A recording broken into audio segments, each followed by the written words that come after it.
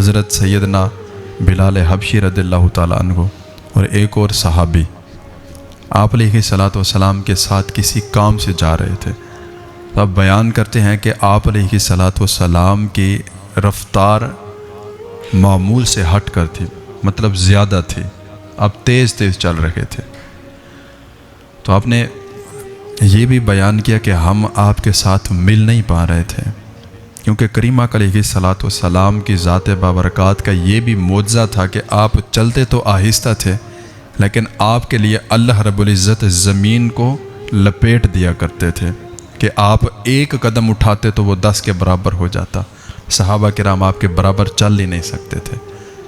تو وہ صحابی جو تھے وہ بیان کرتے ہیں کہ ہم آپ کے ساتھ کسی ایمرجنسی ارجنٹ کام جس کو بولتے ہیں نا، اس کے لیے ہم جا رہے، اور کریم آقا علیہ الصلوۃ والسلام بڑی تیزی سے چل رہے ہیں، معمول سے ہٹ کر آپ کی رفتار تھی، اور کام بھی بڑا ضروری تھا. تو آپ بیان کرتے ہیں کہ ہم جا رہے تھے، ایک گلی سے دوسری گلی میں جب ہم مڑے نا تو وہاں پر ایک بوڑھی اماں جس کی کمر بھی جھکی ہوئی ہے، نظر بھی نہیں آتا، وہ کیا کر رہی ہیں؟ وہاں پر کھڑی دیوار کے آسرے دیوار کے ٹیک لگا کر رو رہی ہیں. تو کریم آقا علیہ الصلوۃ والسلام نے اپنے سارے کام چھوڑ دیے، جدھر جا رہے تھے ختم. صحابہ کرام حیران کہ اتنا ضروری کام تھا، آپ بھول گئے، چھوڑ دیا اس کو، اور اس بوڑھی اماں کی حالت دریافت کرنے کے لیے ادھر رک گئے. پھر پوچھا کہ مائی صاحبہ کیا ہوا؟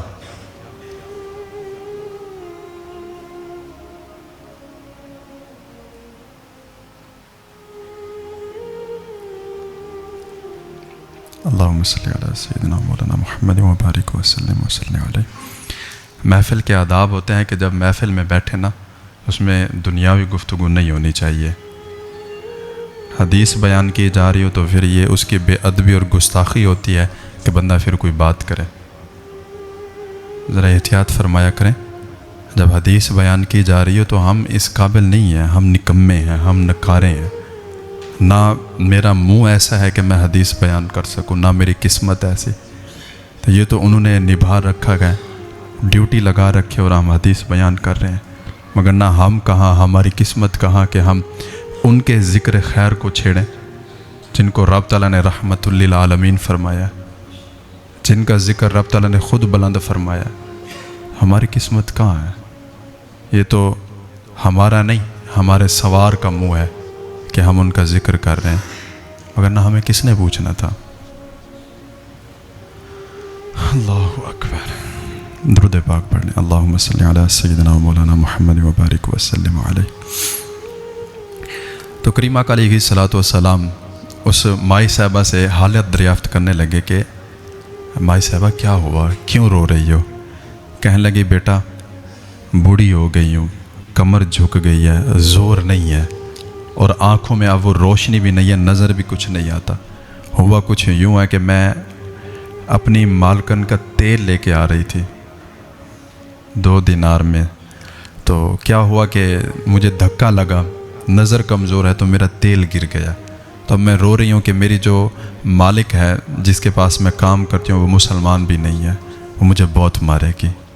تو میں اس وجہ سے ڈر گئی ہوں اور میں یہاں پہ رکی ہوئی ہوں. تو کریم آقا علیہ الصلوۃ والسلام نے حضرت بلال حبشی رضی اللہ تعالیٰ عنہ آپ کو حکم دیا کہ جاؤ جا کے 2 دینار لے کر آؤ. تو وہ صحابی رسول عرض کرنے لگے یا رسول اللہ، میرے ماں باپ آپ پہ قربان ہو جائیں، آپ ضروری کام سے جا رہے تھے، آپ چلے، ہم ان کا سارا کام مکمل کر کے آ جائیں گے.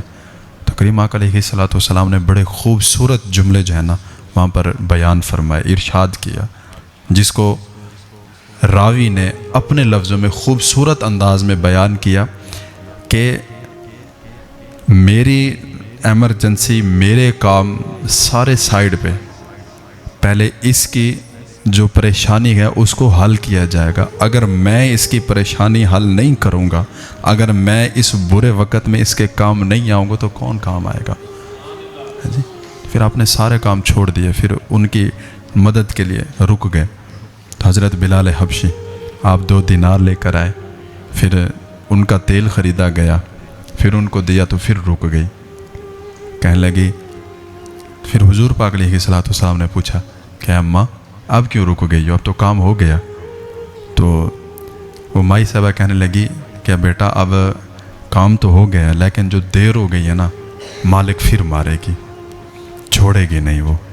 تو حضور پاک علیہ الصلوۃ والسلام اپنا کام چھوڑ کے اس مائی صاحبہ کے ساتھ اس کے مالکن کو ملنے جا رہے ہیں، اس کی سفارش کرنے جا رہے ہیں۔ قربان نہ جائیں اس مائی صاحبہ کی قسمت پہ کہ جن کے لیے کریم آقا علیہ الصلوۃ والسلام بذات خود بنفس نفیس شفاعت کرنے کے لیے، سفارش کرنے کے لیے اس کے گھر جا رہے ہیں۔ قربان نہ جائیں اس کی قسمت پہ۔